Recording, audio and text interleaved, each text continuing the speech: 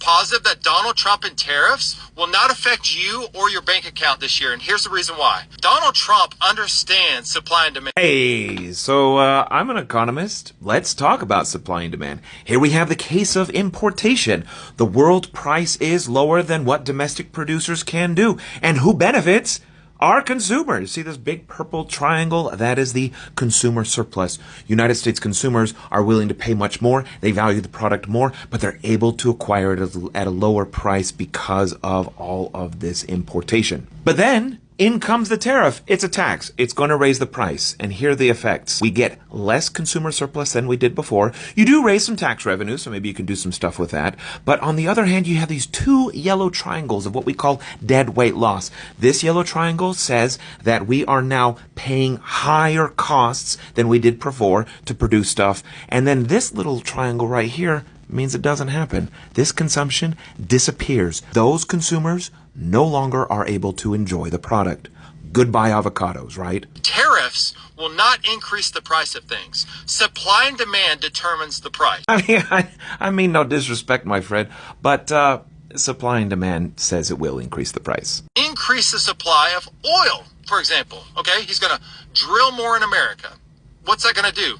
It's going to increase the supply of oil and gasoline. The price of that's going to go down. Now, I'm glad you're still sticking around because this is a more interesting hypothesis we can explore. Will the increased tax burden placed on families because of the tariffs be offset by lower gas prices caused by more American drilling? So the Tax Policy Center estimates that the after-tax incomes will fall by an average of $930 based on the tariff plan that Trump announced last weekend. So that's how much we'd have to pay less in gasoline to offset it. U.S. Energy Information Administration, or the EIA, calculates that there are 376 million gallons of gasoline used every day. Multiply that by 365 days in the year, then divide that by the number of households, that's 127 million. You get the average household using around 1,000 gallons a year.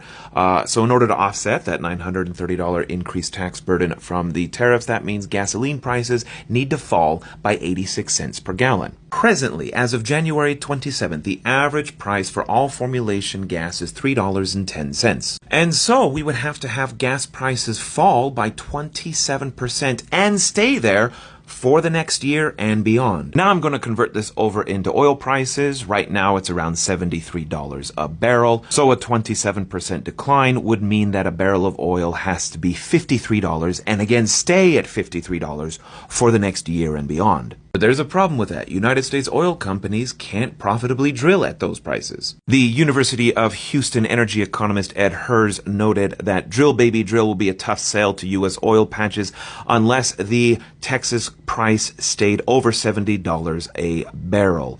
This particular survey is asking oil companies, hey, what are your capital plans for 2025? And your median company said, we're drilling if the price is above $70 a barrel. But if you don't believe that, let's look at a different source. This is asking the break-even price. In other words, the price needs to be here in order for a firm to justify drilling new wells. And we see at different oil deposits across the country, the break-even price is as high as 70, and the lowest is 59. That's still slightly above the needed threshold of $53. And because of this, the EIA is predicting gas prices to fall in 2025 and 2026, but as you can see, it is predicted to stay above this $3 price. You see, because in 2024, the United States produced more oil than any country ever has in the history of this planet. There has been a fairly consistent upward trend starting in 2011, going through Obama, Trump 1, Biden, and now Trump 2. I just don't see how imposing a 10% petroleum tax on Canadian imports is going to help us. For example,